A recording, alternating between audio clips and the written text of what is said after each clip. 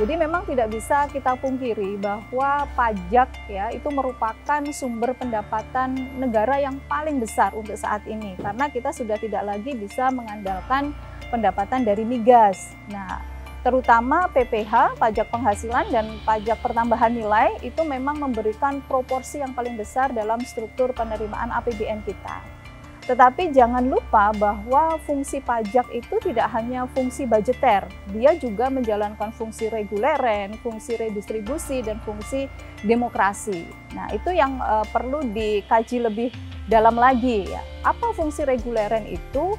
Jadi pajak itu kan merupakan tools dari pemerintah ya. Kalau Mbak Dani dengar kan ada kebijakan moneter, ada kebijakan fiskal. Nah, itu adalah tools yang dipakai pemerintah untuk mengatur kehidupan sosial ekonomi masyarakat. Sebagai contoh, misalkan di dalam pajak itu ada pengenaan PPNBM, pajak pertambahan nilai untuk barang mewah.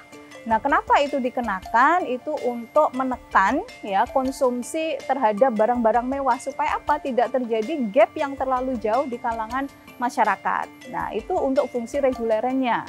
Nah, sebagai fungsi redistribusi, pajak itu juga sebagai alat ya untuk mewujudkan keadilan dan pemerataan. Ya, sebagai contoh sekarang di dalam peraturan perpajakan itu diberlakukan tarif pajak progresif, di mana semakin tinggi pendapatan masyarakat maka dia akan dikenakan pajak yang lebih besar. Nah, kemudian terkait dengan fungsi demokrasi, jadi ada kewajiban dari pemerintah untuk memberikan pelayanan ya dari hasil penerimaan pajaknya. Jadi tidak hanya fungsi budgeter, tetapi ada fungsi-fungsi yang lain. Nah, menyikapi wacana pemerintah terkait dengan pengenaan PPN terhadap sembako, ya, barang kebutuhan pokok dan pendidikan. Sementara di sisi lain kita juga sudah mendengar adanya pembebasan PPN barang mewah ya, PPNBM untuk konsumsi terhadap barang-barang otomotif. Ini wajar menimbulkan kontroversi atau pro dan kontra di kalangan masyarakat. Karena sembako ya, kemudian pendidikan itu merupakan kebutuhan pokok bagi masyarakat, tidak memandang itu masyarakat miskin atau masyarakat kaya, semua membutuhkan itu, dan barang dan jasa itu yang seharusnya dipastikan oleh negara ketersediaannya, karena fungsi dari negara adalah menyediakan fasilitas, terutama adalah pendidikan dan menjamin ketersediaan sembako ya.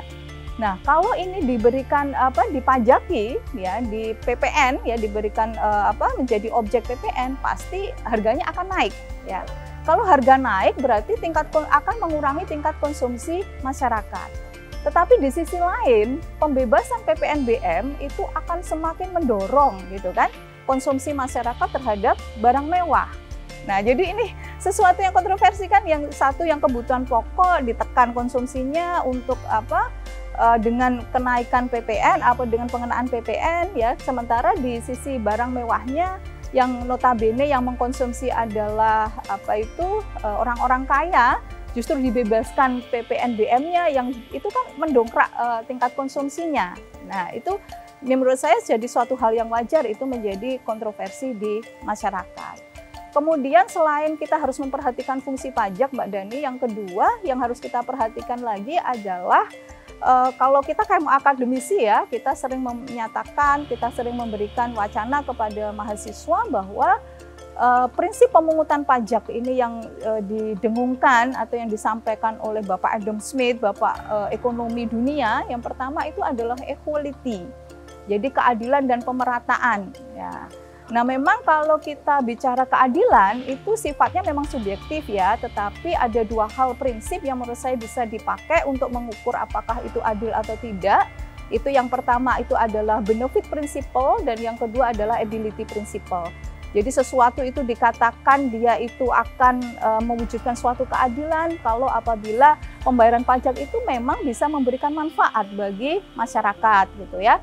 Kemudian ability principle itu berkaitan dengan kemampuan masyarakat untuk melakukan pembayaran. Nah, yang perlu kita lihat ya, kita kaji secara mendalam bagi pemerintah itu multiplier efeknya.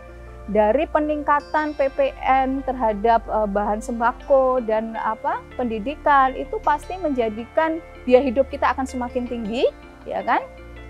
angka kemiskinan pasti akan semakin meningkat, ya. Nah, multiplier efeknya apa? Masalah sosial.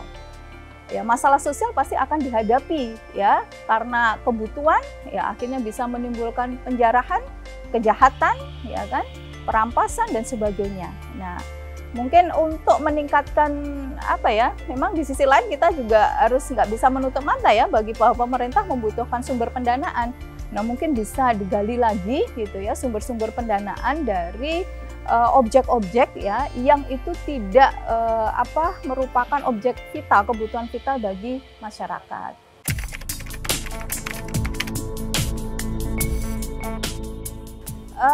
Kalau kita bicara pajak itu memang kompleks ya Mbak ya. Kalau kita kembali ke definisi pajak itu adalah pungutan ya kepada masyarakat yang dapat dipaksakan dengan undang-undang yang tidak mendapat imbalan secara langsung. Jadi kita bayar pajak itu jangan berharap kita mendapatkan sesuatu secara langsung gitu ya. Dan manusia itu makhluk ekonomi ya yang selalu membandingkan. Saya membayar sesuatu, saya harus dapat sesuatu. Itu wajar gitu ya. Itu wajar dilakukan. Nah, oleh karena itu kunci sukses sebenarnya pemungutan pajak itu adalah pada kesadaran dan kepatuhan dari wajib pajak. Nah, kepatuhan itu apa? Kepatuhan itu adalah kerelaan ya dari wajib pajak orang pribadi atau entitas pajak lainnya untuk melakukan tindakan ya semangat ya memenuhi peraturan perundang-undangan dan administrasi secara sukarela. Itu yang disebut dengan kepatuhan. Nah, ini PR bagi pemerintah untuk bagaimana cara meningkatkan kepatuhan dari sisi wajib pajak. Nah, apa yang dilakukan oleh pemerintah dengan melakukan tax amnesty jilid 2 itu sebenarnya juga merupakan salah satu upaya yang dilakukan pemerintah untuk meningkatkan kepatuhan wajib pajak. Jadi dengan fasilitas itu pemerintah memberikan keringanan ya bagi pajak yang belum dibayar ya kan ataupun denda yang belum terbayarkan atas aset-aset yang belum dilaporkan yang masih ada di luar negeri. Nah, harapannya nanti dengan diberikan fasilitas itu wajib pajak itu akan tergugah gitu ya. Mau dengan sadar dia mau melaporkan ya aset-aset yang ada di luar negeri. Ya, yang harapannya itu nanti bisa memperkuat struktur perekonomian di tanah air kita. Tetapi ya kembali lagi bahwa ada yang memandang bahwa itu positif gitu ya, bisa meningkatkan penerimaan pajak negara, tetapi ada pandangan negatif juga. Kenapa? Karena dengan adanya tax amnesty ini menjadikan ketidakadilan. Ya, kenapa? Loh, ini orang yang nggak bayar, ya, yang menunda pajak kok malah diberikan fasilitas pembebasan pajak. Nah, apalagi sampai jilid 2 lagi. Berarti nanti pemerintah masyarakat pasti berpikir, oh nanti ada lagi jilid 3, ada lagi jilid 4 gitu ya. Yang menyebabkan malah mereka nanti akan melakukan, ya kan, penundaan pembayaran pajak karena apa? Menunggu fasilitas-fasilitas tax amnesty berikutnya. Nah, ini yang juga harus dipertimbangkan oleh pemerintah dalam memberikan stimulus ya, artinya memberikan rangsangan untuk meningkatkan kepatuhan wajib pajak. Karena memang kepatuhan itu kompleks sekali, Mbak. Banyak riset-riset yang sudah dilakukan oleh kaum akademisi ya untuk meneliti terkait faktor-faktor apa sih yang mempengaruhi tingkat kepatuhan wajib pajak.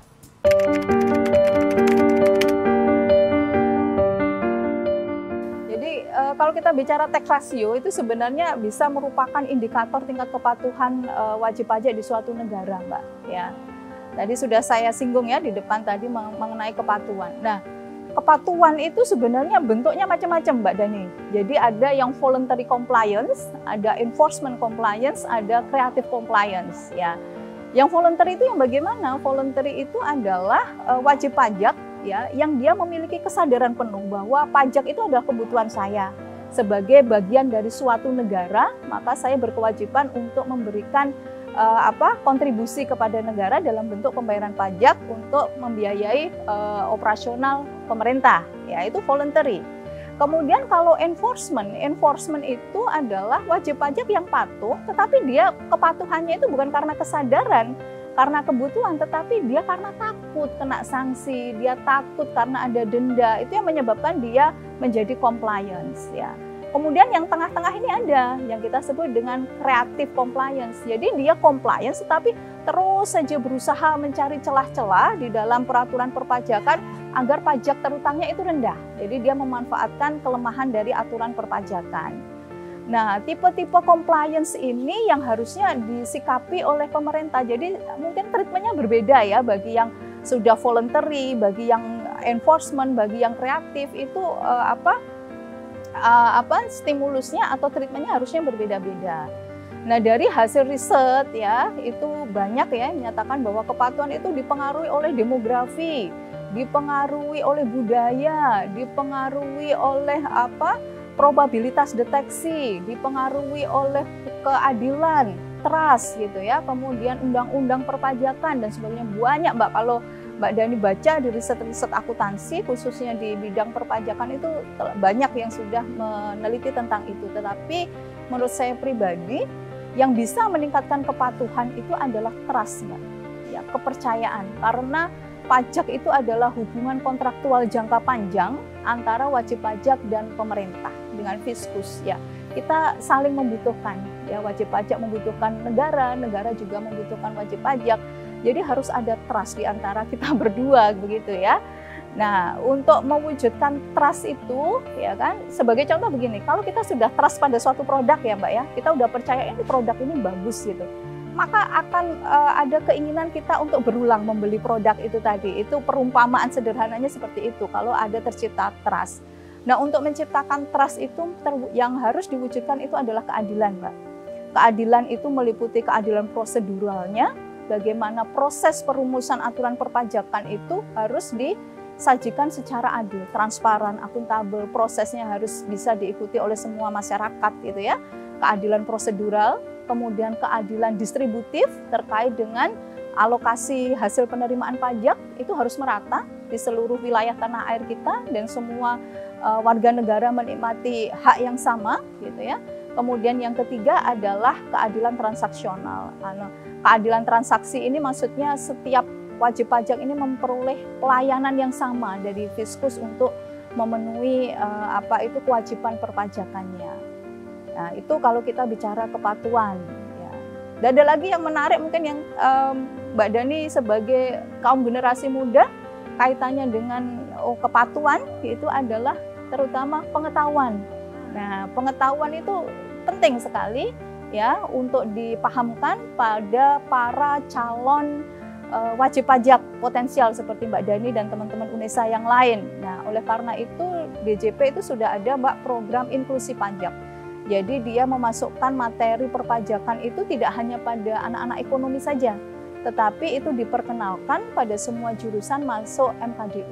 Nah, harapannya pemahaman, pengetahuan pajak itu bisa didapatkan secara dini sehingga nanti pada saat Mbak Dani dan teman-temannya itu sudah memiliki penghasilan di atas PTKP ya, yang itu wajib membayar pajaknya itu sudah siap gitu ya, sudah siap untuk tahu bagaimana caranya saya memenuhi kewajiban perpajakan saya. Karena emang nggak mudah bagi anak-anak akuntansi aja yang sudah mempelajari terkait dengan perpajakan pun juga belum tentu mereka itu bisa menghitung pajak dengan benar. Kenapa? Karena aturan itu sering berganti, Mbak. Ya, sering sekali aturan perpajakan itu berganti. Kemudian berikutnya pajak itu kan bahasa hukum ya. Jadi menginterpretasikannya itu juga bisa berbeda-beda.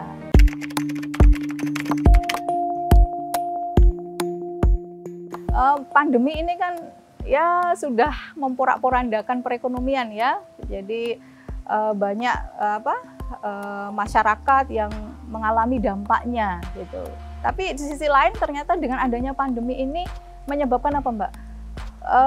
Belanja online itu menjadi membludak ya. Jadi ini lagi trending gitu ya. Kita nggak perlu kemana-mana, kita cukup belanja melalui online. Nah, itu dampaknya apa? Batas antar dunia itu menjadi tidak lagi kelihatan kan kalau kita di era digital ini. Nah, mungkin saya nggak muluk-muluk, yang ingin saya sampaikan adalah cintai dan konsumsi produk-produk dalam negeri ya, terutama produk-produk UMKM. Ya, karena kalau kita online kita bisa menjelajah kemana-mana, Mbak. Kita mau cari barang apa saja di luar negeri bisa gitu ya.